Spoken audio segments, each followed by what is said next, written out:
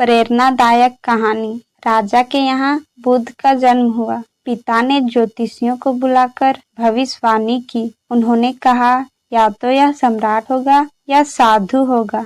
एक तरह से देखा जाए तो सच्चा सम्राट भीतर से साधु ही होता है। जब ज्योतिषियों की भविष्यवाणी राजा ने सुनी तो वे घबरा गए कि मेरा बेटा साधु हो जाए, ऐसा ठीक नहीं होगा। राजा ने पूछा, कोई उपाय बताइए, क्योंकि मैं चाहता हूँ कि राजा का पुत्र राजा ही बने। ज्योतिषियों ने कहा कि इसका लालन पालन व पूरा जीवन बड़ी सावधानी में बिताना होगा, अर्थात आपका पुत्र सिद्धार्थ कभी किसी बूढ़े व्यक्ति को ना देखे, कभी किसी बीमार व्यक्ति को ना देखे और कभी किसी मरे हुए व्यक्ति को ना देखे। जब तक ऐसा होगा तब तक वे राजा ही बनेंगे। अगर ऐसा नहीं हुआ तो वे साधु बन जाएंगे। राजा सुधोधन ने अपने पुत्र सिद्धार्थ के लिए बढ़िया से बढ़िया, बड़े से बड़ा, अच्छे से अच्छा भोजन, दास दासियों और खाने पीने के सामान आदि ढेर लगा दिए। पिता ने उसे सुख सुविधाओं में इतना उलझा दिया कि उसे बाहर का संसार आद ही नहीं आया। सुधोधन ने समझ लिया कि अब इतने सुख के आगे साधु बनने का प्रश्न ही उपस्थित नहीं होता। वे निश्चित हो गए। राजा सुधोधन ने बिल्कुल पक्की व्यवस्था कर रखी थी कि उनका पुत्र सिद्धार्थ जीवन में कभी भी वृद्ध, बीमार और मृतक व्यक्ति को ना देख सके, क्योंकि वे अपने पुत्र को खोना नहीं चाहते थे। सिद्धार्थ का जीवन ऐश्वर्य और सुख सुविधाओं में बीत रहा था। उसके जवान होने पर एक सुंदर कन्या यशोधरा से उनका विवाह हो गया। विवाह हो जाने पर सुधोधन की आधी चिंता मिट गई। अब शादी हो गया, अब कहाँ जाएगा? अब मेरा पुत्र बंधन में बंध गया है, अब उसके कहीं जाने का सवाल ही नहीं उठता। 1 वर्ष बाद बेटे का भी जन्म हो गया। उनका नाम राहुल रखा गया। अब राजा सुधोधन को बिल्कुल पक्का विश्वास हो गया कि अब यह कहीं नहीं जा सकता। एक दिन सिद्धार्थ ने कहा कि पिताजी, आज तक मैंने अपनी राजधानी नहीं देखी, आपकी आज्ञा हो आज देखाऊं? राजा ने कहा, हाँ हाँ, अवश्य जाओ, अपने शहर देख कर आओ। एक सारथी को भी साथ में भेजा गया कि जाओ, राजकुमार को राजधानी घुमा फिरा कर लाओ। फिर भी राजा ने चाक चौबंद कर रखा था कि कहीं चूक ना हो जाए। सिद्धार्थ के लिए राजधानी के प्रमुख मार्ग खूब सजाए गए थे, पर घूमते घूमते सिद्धार्थ ने थोड़ा उल्टा मार्ग ले लिया। वे उस मार्ग से गुजरने लगे जहाँ पर तैयारी नहीं थी, और आज उसको बहुत आश्चर्य हुआ जब पहली बार उन्होंने एक बूढ़े व्यक्ति को देखा। कमर झुकी हुई, पूरी चमड़ी में झुर्रियां पड़ी थी। वह परेशान और दुख से बेहाल था।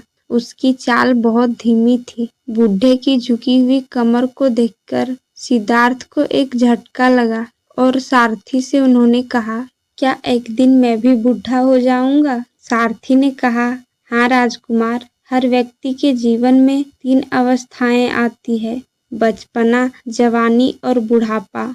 एक दिन तुम भी बुढ़ापे के अवस्था में जाओगे। हे राजकुमार, यह संसार का नियम है। चाहे गरीब हो या अमीर, सबका शरीर बूढ़ा अर्थात शिथिल होता है। राजकुमार सोच में पड़ गया। सारथी ने रथ को आगे बढ़ाया तो कुछ दूरी पर एक बीमार व्यक्ति मिला जो रोगों से घिरा हुआ था। उस पीड़ित व्यक्ति को देखकर राजकुमार का मन बहुत दुखी हुआ।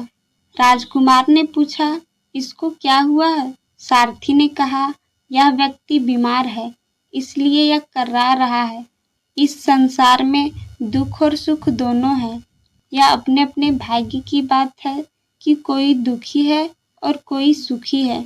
क्या मैं भी बीमार हो सकता हूँ? सारथी ने कहा, आप यह विचार अभी छोड़ दे। समय बड़ा बलवान है।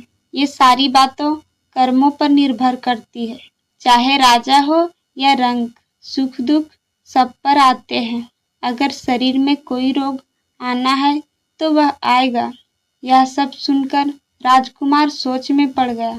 सारथी ने रथ को आगे बढ़ाया तो सामने से 4 कंधों के ऊपर एक अर्थी को जाते हुए देखा। राजकुमार ने ऐसा पहली बार देखा था। उसने सारथी से पूछा, यह क्या है? यह आदमी मर गया है, यह मुर्दा है। जो व्यक्ति मर जाता है उसको बांधकर शमशान भूमि में ले जाते हैं, फिर वहां पर उसे जला दिया जाता है। राजकुमार ने कहा, क्या सबको मरना पड़ता है? हाँ, सबको मरना पड़ता है। यह मृत्यु लोक है।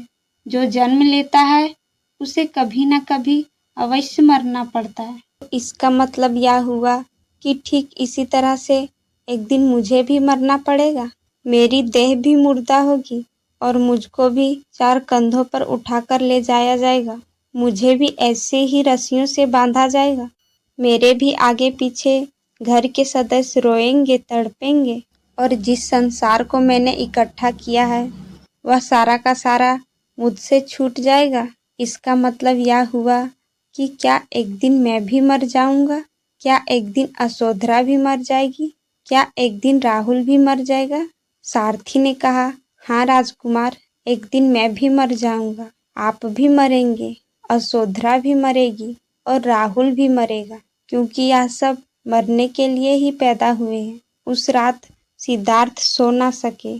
सोचने लगे कि क्या संसार में इतना दुख है, रोग है, बुढ़ापा है और ऐसे में मैं खा पी कर कैसे जी सकता हूँ?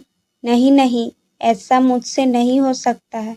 मुझे खोजना होगा उस तत्व को जो दुख, पीड़ा और शोक से रहित हो, जो भय, भरम और भूल से परे हो, जो आनंद से भरे हो, जिसे पाकर फिर और कुछ पाने की इच्छा ना हो। सिद्धार्थ वैराग्य के शिखर तक पहुंच चुके थे। बस उसी रात को उन्होंने घर छोड़ दिया।